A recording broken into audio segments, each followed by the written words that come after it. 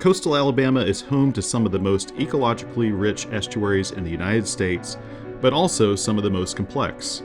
In Mobile Bay, 2/3 of Alabama's land drains to the sea, carrying the water, nutrients, and sediment that shape the coast. It's this flow that has brought our communities together and has allowed generations of Alabamians to live, work, and rely on the water. The Mobile Bay National Estuary Program is studying the science to bring you the story of sediment, of the mud, sand, rocks, and clay, and how it's all tied to the familiar shorelines that we share. My name's Alex Beebe. I'm a geologist at USA. I'm from Mobile, born in Mobile. Did my undergraduate studies in geology and biology at USA. Then went off and got a PhD in environmental engineering and science at Clemson, came back here, and now I work at USA as a faculty member. So kind of neat to be on the other side. You know, sediment is something that I keep track of, not just from like an academic standpoint, but also from like just a recreation, like a lifestyle standpoint. I live on the water.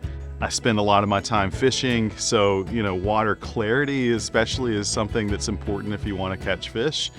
We think of sediment as inert, still, and static. Rocks and dirt aren't exactly lively on their own, but in our environment, sediment is always in motion. Rivers, tides, storms, and currents move it from place to place. This is the movement that builds wetlands, barrier islands, and the delta.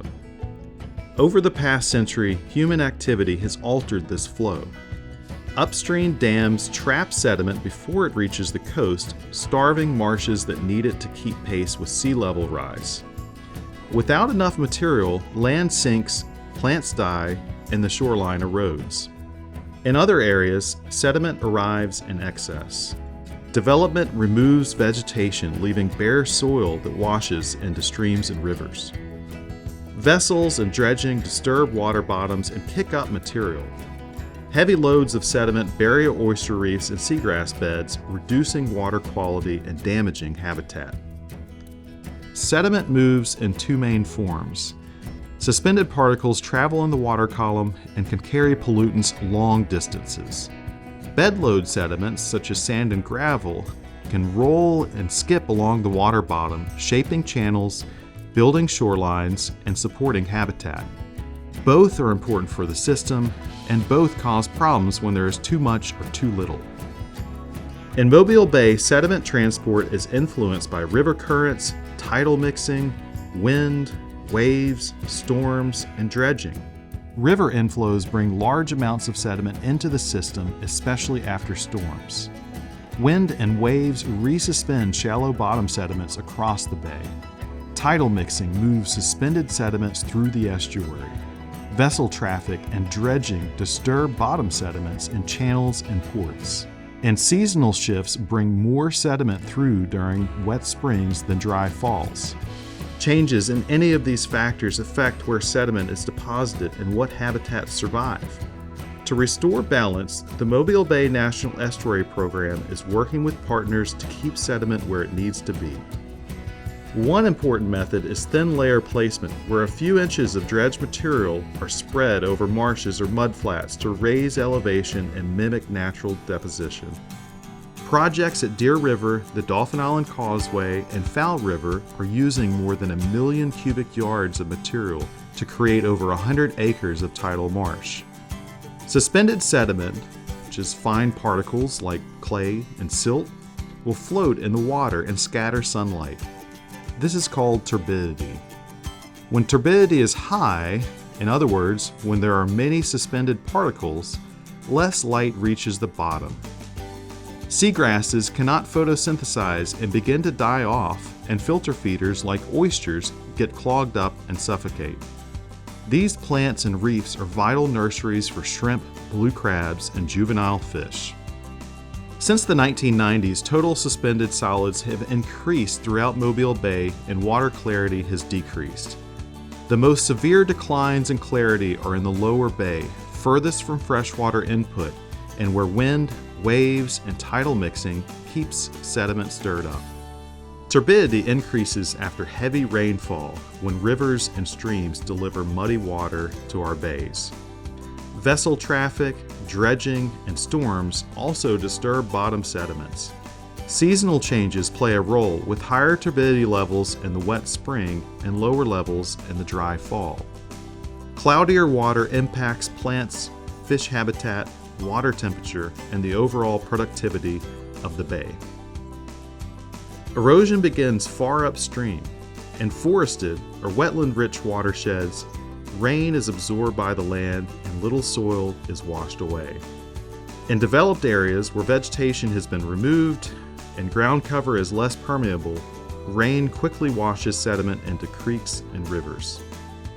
Head cuts and bank erosion caused by storms feed into a cycle of increasing erosion and sediment runoff.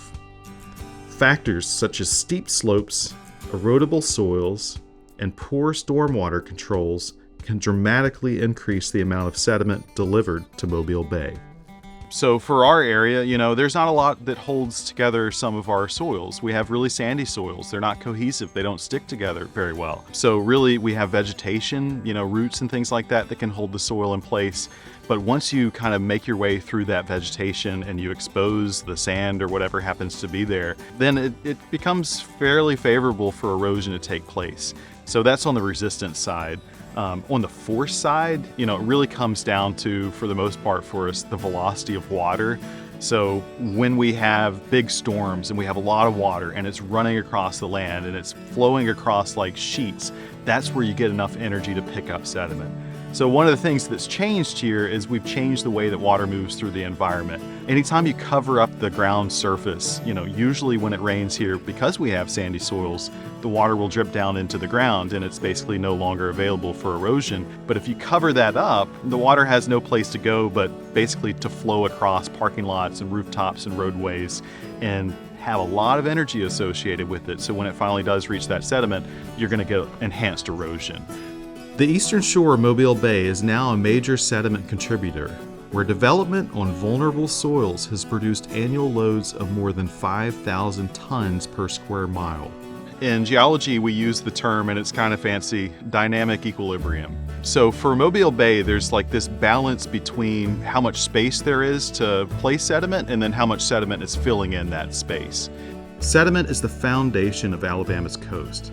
In balance, it builds land, nourishes wetlands, and supports life.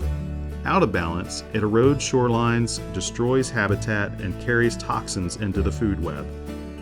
Mobile Bay is a drowned river valley. It is a system built by rivers, reshaped by storms, and increasingly influenced by human action. There are still unanswered questions about sediment in our system since it is so complex. To say anything definitive about what needs to be done requires more study, but the science is worth doing. Sediment builds our future.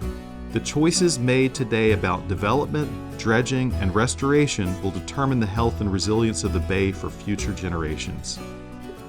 The State of Alabama's Estuaries and Coast is brought to you by the Mobile Bay National Estuary Program.